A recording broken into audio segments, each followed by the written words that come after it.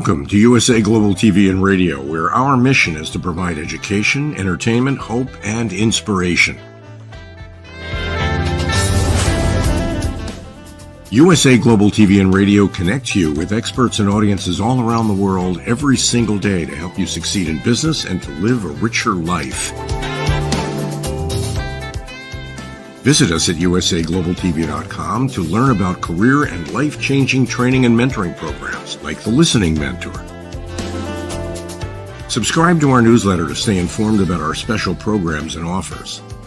Discover how you can become a guest on one of our shows or a host or producer of a USA Global TV and Radio show of your very own.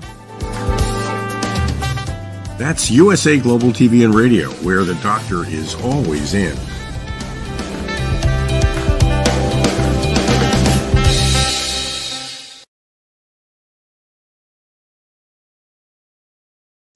Hello and welcome to USA Global TV and Radio, where we provide world-class education, entertainment, hope and inspiration.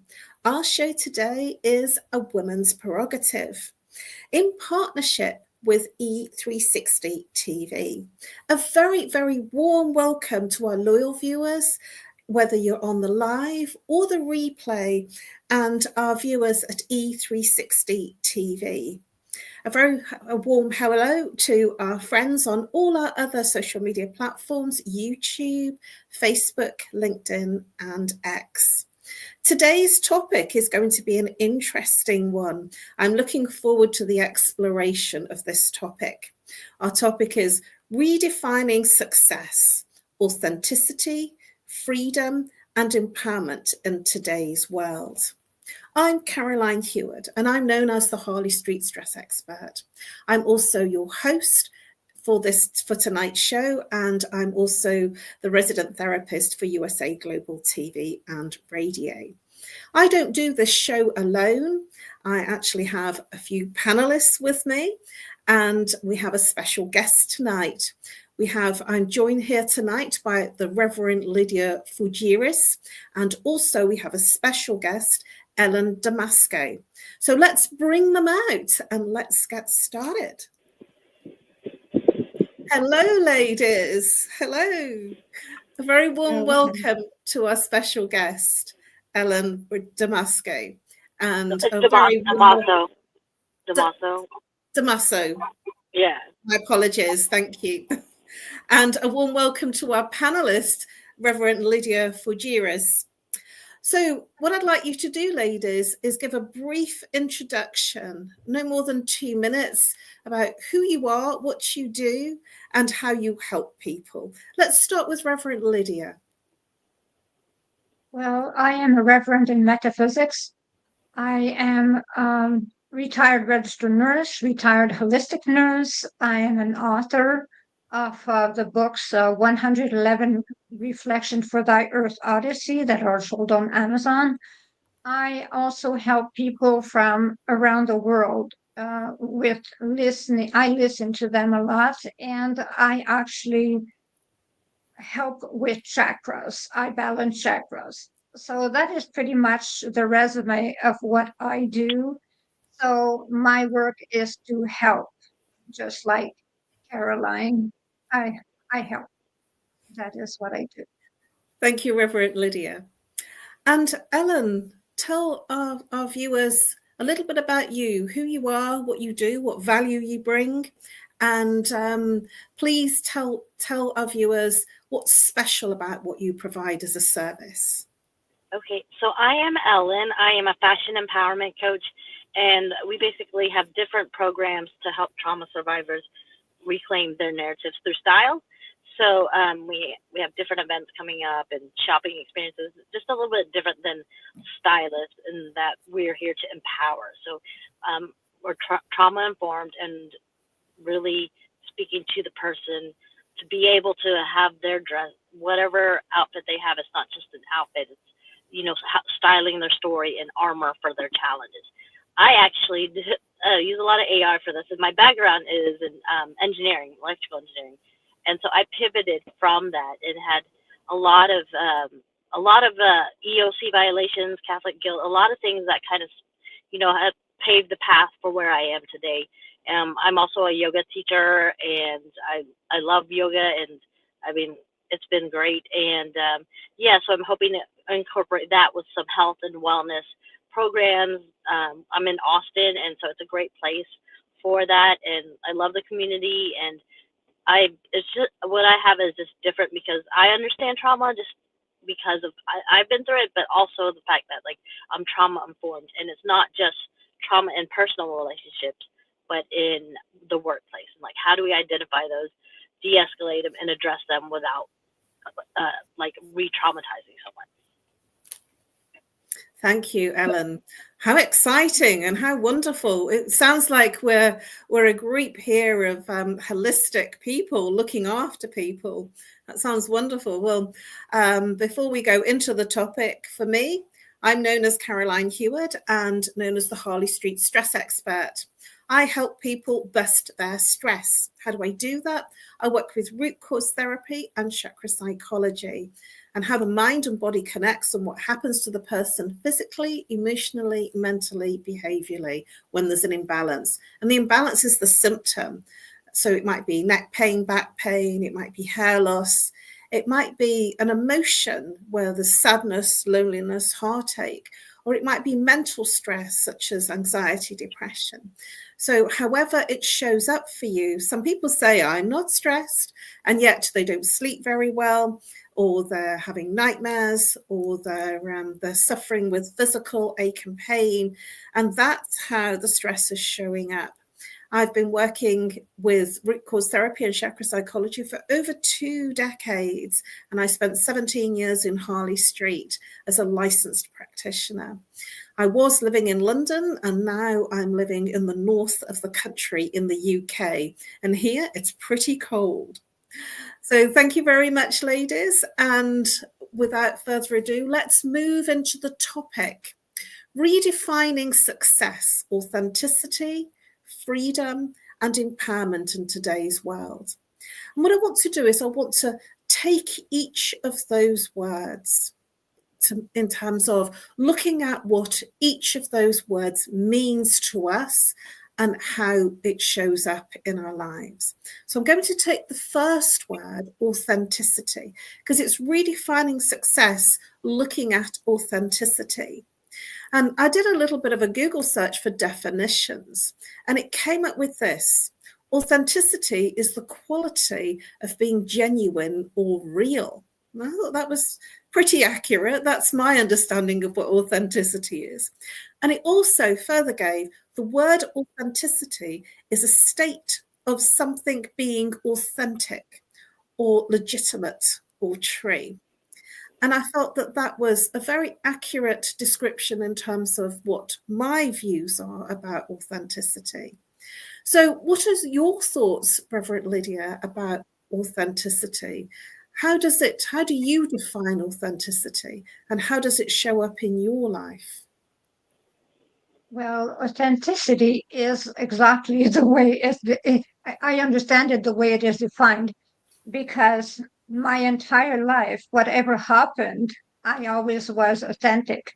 They like me or they do not. I stay authentic to myself. I do not change for people. I am what I am. I am always polite, that is for sure, but I am what I am. So the thing is that I will not change to please a group. And if I am not in agreement with a group, I will agree to disagree, but I will stay authentic to myself. That is the way I am.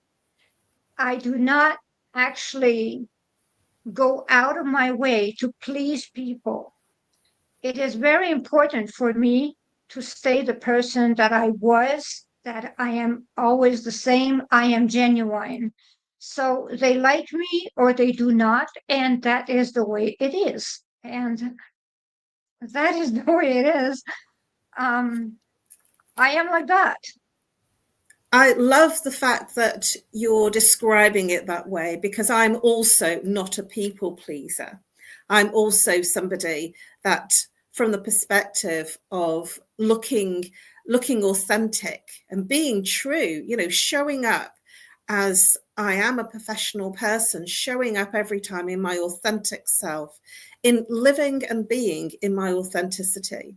And people pleasing, something that you commented about there in terms of not needing or feeling that you need to please someone else to show up and be yourself. I feel that that's a key driver, because many people do change their behavior. They do change what they say because they don't want to offend people. So people pleasing is definitely something that I totally agree with you on. And the authenticity of being who you are rather than who you're trying to be, showing up for someone else, what you think that somebody else wants. I truly believe, and I'm very much with you on that, that it is about being what's right for you, even if it offends someone. And that's the key, because it might not agree with everyone. And if it's offensive to anyone, then I feel that that's being true to myself, being my total authentic self. And it may offend some people, and at the same time, it's the only way that I can be. Ellen, what are your thoughts on what's just been shared, and what's your view about authenticity? What feels right for you in terms of the word authenticity? How does it show up in your life? There's a few things. So authenticity, one of the things that I think about is basically going on what y'all said is like, what does my inner soul want, right? Like, I grew up people pleasing. I was a valedictorian, I was senior class president, I was the star student, you know, I was setting the example, but inside I had, you know, was falling apart due to some childhood trauma. And so there's that part of it. And now I'm like, well, who am I? And I think inside of each and every one of us, there's an infinite well of knowing and self-awareness that we just need to tap into. And when we're busy people pleasing, like y'all are talking about, we don't have that ability to look within and spend that energy within.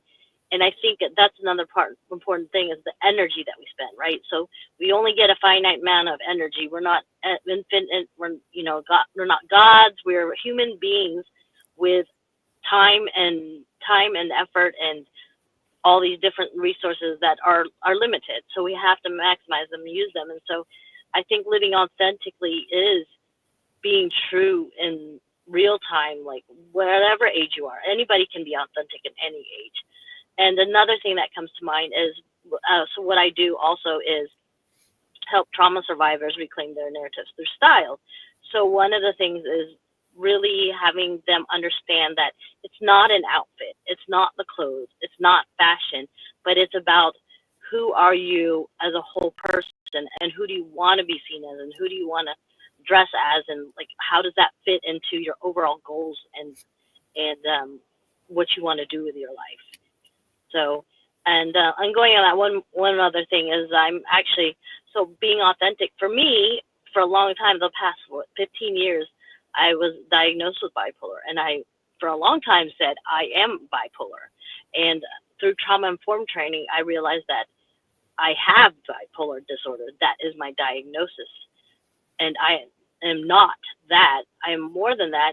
And so it's helped me to be open with others and be like, yeah, this is the struggle that I have. When you see me having trouble sleeping, I mean, my friends in Austin see it now. You know, I've only known them for, a little over a year, and I'm new here. And so I'm letting that out to be able to have them support me in the role that I have in taking care of myself. And I've learned to know what my needs are and to nurture that. And so I feel very authentic to myself, because I'm finally like, you know what? The world isn't ready. I mean, the world isn't near where it should be about mental health, but it's time to have real conversations. Like, I'll tell my story to whoever. And I think it's really important that everybody acknowledges their mental health issues and, makes it a point to do whatever it takes to resolve those and work through those and go through healing. Thank you, Ellen. And I really applaud you for your authenticity in your sharing.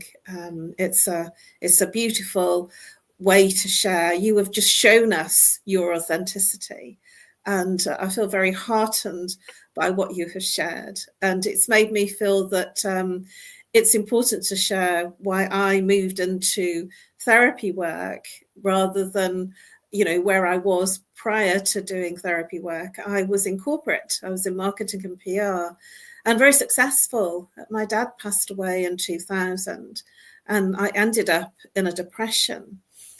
I feel now, in doing a show not very long ago about midlife crisis, I actually feel I had a midlife existential crisis that when my dad died and I was 36, and it was like I wasn't expecting him to die, but it was diagnosed as depression.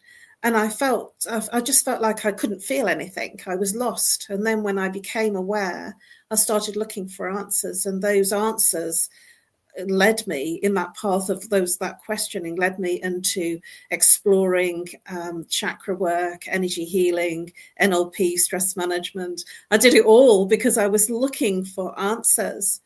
So what you just shared in terms of who am I, what am I doing here, what's my purpose? It wasn't for me marketing. I felt that I was here for something much more. And 24 years later, I'm here. It's become the resident therapist in the last 3 years. So that's really, truly being in a space of authenticity, that it was from an existential challenge that moved me into doing this work. And I really, really appreciate your sharing of your own trauma in terms of identifying and demonstrating authenticity. Thank you. Reverend Lydia, do you have any comments to make about what's being shared on what we've shared on authenticity? Well, I do think that everyone faced a mental problem in their life. Actually, I do not believe that anyone is fully sane, as they call it. I do not believe I worked in psychiatry. I had mental issues also. And I do not believe anyone that says they never had mental issues in their life. Because to me, when they say that, they're in denial. That is the way I see it. Either they had no diagnostic or either they're in denial because there is no one that ever was happy go lucky all their life. They just do not understand what they were going through or will not admit what they were going through. So that is, and there also is this kind of, there is this kind of labeling that when there's a mental problem, it should be hidden. Well, no, it should not be hidden because we should be talking openly about mental issues because it's like having diabetes. It's like having anything because it's in the brain. So everything has to do with the brain. So I do not understand why people are so secretive about mental issues. Because if people were honest, there would be less suicides. That is the way I see it. That is my opinion. Thank you, Reverend Lydia. I do believe that we've lost connection with our wonderful guest. Maybe she might be coming back soon. So I'm sure that if she finds connection again, that she will be back with us. So thank you very much, Reverend Lydia. That for me is so authentic again, that authentic share of the fact that we all have challenges. We all have things that we go through. And that can be a lifelong change in terms of how we show up in life. Oh, she's back. Hi. That's great. Thank you, Ellen. So what I'd like to do is I'd like to go on to the next aspect of our topic, and that's freedom. And when I was thinking about freedom, today in the UK, it is Remembrance Day. And it's Remembrance Day for our young soldiers who fought in World War II for our freedom. And this is very topical because it's 11, the 11th day of the 11th month. And at the 11th hour, there was a 2-minute silence in the UK. And it kind of makes me feel a little bit emotional because these were young boys, young men. They hadn't seen any life, and many of our young boys lost their lives fighting for our freedom. And so when I think about freedom, especially today, and I'm going to timestamp this because it's 11/11, timestamping this on the 11th day of the 11th month. This is a UK big day for freedom. And the other person that comes to mind in terms of freedom is Nelson Mandela. And he fought for freedom, for our rights to be free. And he fought for civil rights, but he didn't fight. He went about it in a very different way. It was non-violence. And I've studied a lot about what Nelson Mandela did in terms of creating freedom for the African people. And he said that when he was incarcerated for the many years, he shared that they can incarcerate my body, they can prevent me from eating when I want to eat, seeing who I want to see, but they can never take away my mind. And that really makes me feel quite emotional because he was incarcerated, and I'm not quite sure how long, for many, many years. And yet he came out still the humble man that he was when he went in. He was a non-violent man, and he fought for freedom of the Black people because he felt that there should be equal rights. So freedom of mind, I find that fascinating, freedom of mind. I know, Ellen, that you will have some very interesting things to share on freedom. Please do share your thoughts about what I've shared and also your own views about freedom. So there's a couple elements of freedom. I mean, there's freedom, you know, and to be who you are, like in the U.S. I mean, everybody's like, oh, okay, land of free, home of the brave. But also, freedom is being able to know you have choices, right? And so being with the background in trauma, it was like, this is the only way, this is the way it's supposed to be. This is, you know, it was drilled in that, you know, I wasn't worthy, I wasn't allowed choices.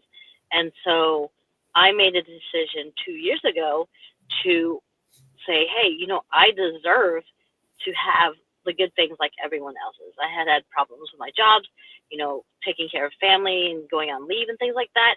And I didn't think I deserved those. And a lot of that was the trauma that was built into my experience. And I took that choice to say, you know, freedom is when we have choices.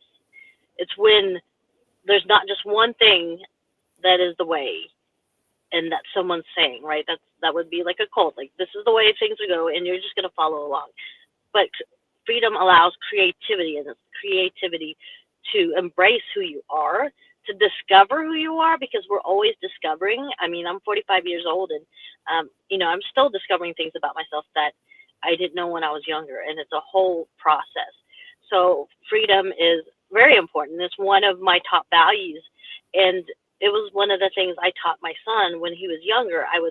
When he said bye to him to go to school, I wouldn't say be good. I said make good choices, because when we make good choices and we make good decisions, leads to decisions, and then we take actions, and it's a whole pathway that we can have when we have the freedom to choose the thing that is what we want and need and see for ourselves in our lives. And nobody can make that decision for you. I mean, people will try to, but ultimately we have to resonate with our truth and our inner knowing. Thank you, Ellen. Very, very just authentic. Your shares are incredibly authentic. And this feels like the success to freedom, that the authenticness of what you've just shared. Thank you. Reverend Lydia, do you have any thoughts or comments to make about what Ellen has shared? And also, I have another question for you. Do you feel that certain freedoms that you are supposed to enjoy are restricted in some way? Yes. Yes. The thing is that I in my life was in an abusive relationship, and I was restricted, very restricted. I got out of the abusive relationship. It took me a long time. I was very ill at that time. And when I was out of the relationship, the weirdest thing that happened is that I was on the red light, and I realized that I could go wherever I wanted. I can do whatever I wanted to do. I was free at last. But most of all, do you know of what I was free? I was free of hate. I had no hate. I had no grudge. I was totally free. So what I did is I went into a meditation house. I could go anywhere. I could go to Costa Rica if I wanted. But the thing is that I went to meditate and thank the universe for being free again. So that is the way freedom was for me. So people can see freedom in a lot of ways, because we can lose our freedom in different ways. We can be in a huge palace and not be free. But we can be in a cell and be free, as long as our mind is free. I was in that relationship, but my mind never gave in.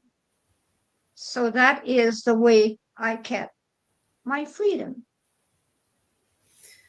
Thank you, Reverend Lydia. Thank you for your transparency, and thank you also for your incredible authenticity in your sharing.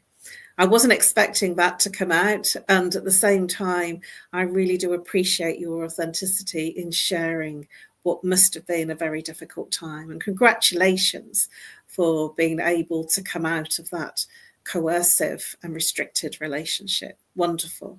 Absolutely wonderful. This feels like a very cohesive team here of ladies, that it's like sort of there is a symbiotic relationship of what we're sharing, and the care and the genuineness of what's being shared here tonight. I applaud both of you for your integrity and your authenticity in what you're sharing. Thank you. I'd like to move on now to empowerment. And I did look up in sort of online on the dictionary, and empowerment, it means people having power and control over their own lives. And people get the support that they need that is right for them. And also, which I found really powerful as empowerment goes, people are equal citizens. I found that that was an exceptional definition, that people are equal citizens, especially after I've mentioned Nelson Mandela. The things that he fought for was because he didn't feel that people were equal as citizens in his country, in the US. And also respected and confident in their communities. And you can't empower someone else or make someone empowered. You make you empowered. If you ask someone to empower you, it's like you give it away. It's about you becoming personally empowered. And even though we're all in our own ways therapists of one description or another, and taking care of others, we can only guide and facilitate. We can't make the person be fully empowered, but we can show them, we can lead the way, lead the light, so that they know where to go. But the empowerment, I feel, is an internal experience. What are your thoughts, Reverend Lydia? Well, empowerment. Well, we will go to racism, actually. It's very important. We are talking about Nelson Mandela was about power, racism, the entire thing. I was born and raised in a town where I did not even know racism existed. I found out racism existed. I was 21 years old. I came from a town where everyone was on the same level. There was one family that came from Haiti, and we were 4,000 people, and he was our mayor, my second neighbor. There were people from all over the world speaking all kinds of languages, all kinds of religions. Everyone respected everyone. So it was a shock for me when I left my town to actually live in larger cities because I did not even know that racism existed. So when you find out about such thing, the only thing that you can do to stay empowered is not to be like them. So you decide for yourself, am I going to become like them? Or am I going to be empowered and stay as authentic and as powerful as I am in not believing that anyone is different from me? Because everyone is the same. We all have souls. Everyone is the same. It's just colors, sizes, and, genes. So that is the only thing. So I did not believe in losing power for whatever reason because I was not raised that way.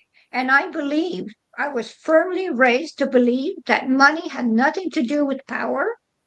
I was raised to think that everyone had a say. When I was working as an assistant head nurse, if the janitor had something to say, he had something to say. If it was a doctor, he had the same say. So it was not different. Everyone was on the same level, no matter how educated or not they were. So that's being empowered. So you leave everyone their power. You give it to them. You keep it and you give it to them. They're entitled to it. Thank you, Reverend Lydia. Whoa, that was a lot to pack in. And we're actually towards the end of our show. Can you believe it? We've almost come to the end of our show. So please, Ellen, share in about 2 minutes what your views are on empowerment, what your thoughts are about what Reverend Lydia shared, and your thoughts on empowerment from your own personal experience and your work. So just to summarize this. Empowerment is being able to have the tools and resources that you need to get you to your goal, to elevate to whatever it is that you want to move towards, right? And not be stagnant. And then I just wanted to share the story of my retreat facilitator and I. So I had to change the retreat and push it back. And then he comes back and says, oh, it's unorganized, so I'm not going to be in the retreat anymore. And so I left him a message, and I had never done this in corporate America. And I let him know how my experience as a brown person, as an Asian person, individual shaped things. And I pointed out his privilege, and I pointed out our culture that's very different from American culture. As a Filipino, I had to undo, arriving on time late and not having boundaries, all these things that kind of make our culture kind of like less productive in the sense. But it challenged him, and he was open because he's not Asian, or he's not a minority, and so it challenged him to think about what it really meant and to hear the story, and that he hadn't even asked, well, why did you cancel? It was just like this criteria, like patriarchal criteria. Okay, this. It doesn't look like it's supposed to, but what is it supposed to look like? Empowering is letting people create that and being the co-creator of their life. Thank you, Ellen. I couldn't have summarized that up better. Thank you so much for your authenticity and really being transparent. It's so appreciated on this panel and for our viewers. I'm sure that people will get such a lot from it. So we are pretty much at the end of our show. So before we go, please do share how people can reach you. So we'll start with Reverend Lydia. How can people reach you? How can they contact you if they need your help?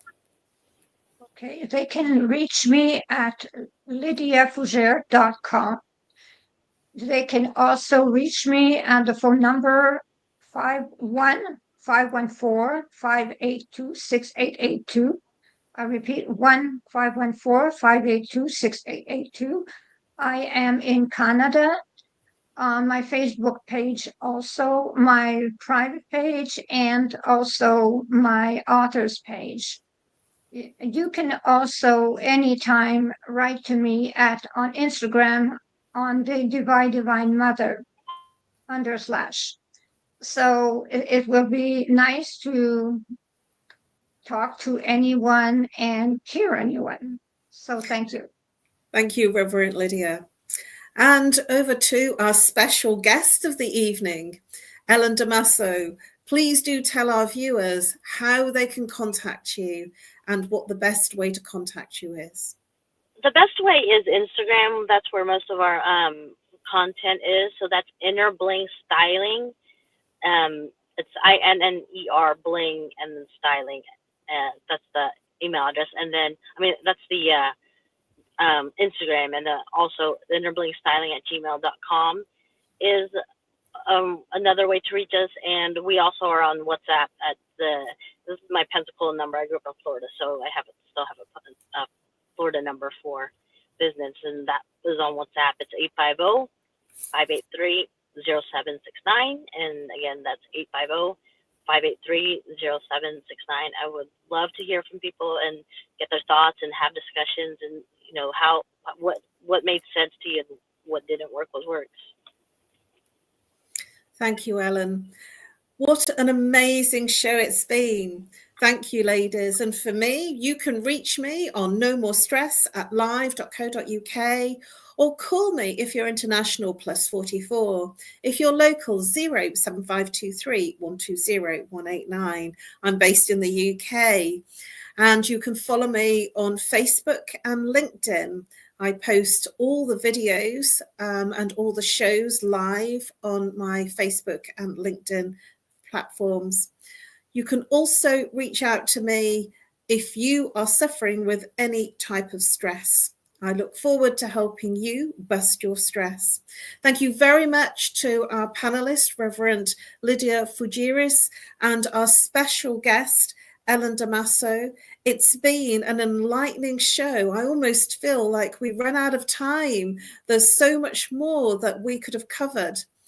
And now it's over to our sponsors. But before we go over to our sponsors, please do join us again next week. We're here on Mondays, every Monday. It's 2 p.m. Eastern Time and 7 p.m. Greenwich Mean Time.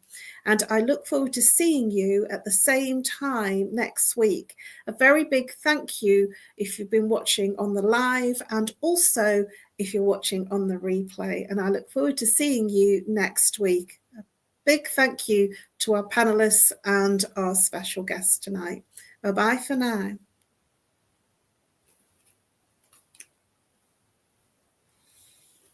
This program is brought to you in part by the British School of Excellence and founder, Mr. Philip Sykes.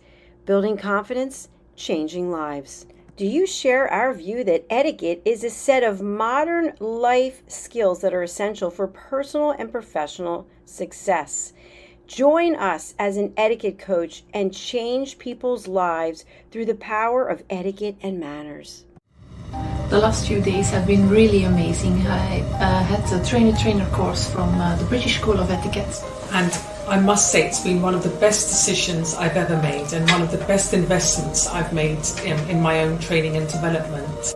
Now, words alone will not describe the transformation and the positive path that I have traveled with the British School of Etiquette. I find really I learned a lot from the lessons this time I came. The last few days with the British School of Etiquette have been fantastic. And what I've learned now is really beyond my expectations. This is the most rewarding experience and the best investment I have made this year.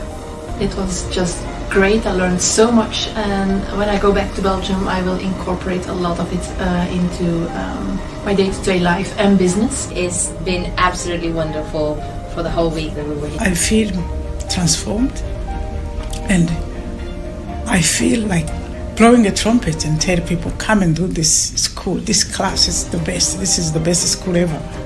You should take it. It's just, it will change your life immediately. I am now able to teach other people how to bring the best of them. Thank you. Thank you, PREEZ. Thank you. Thank you so much. Thank you. Thank you to our clients for their testimonials on the Train the Trainer program. Our exponential and global growth is so significant that we have evolved from the British School of Etiquette to the British School of Excellence, where we're investors in people. Let us invest in you and your career. Contact us to become an etiquette coach. Go to thebritishschoolofexcellence.com. Start your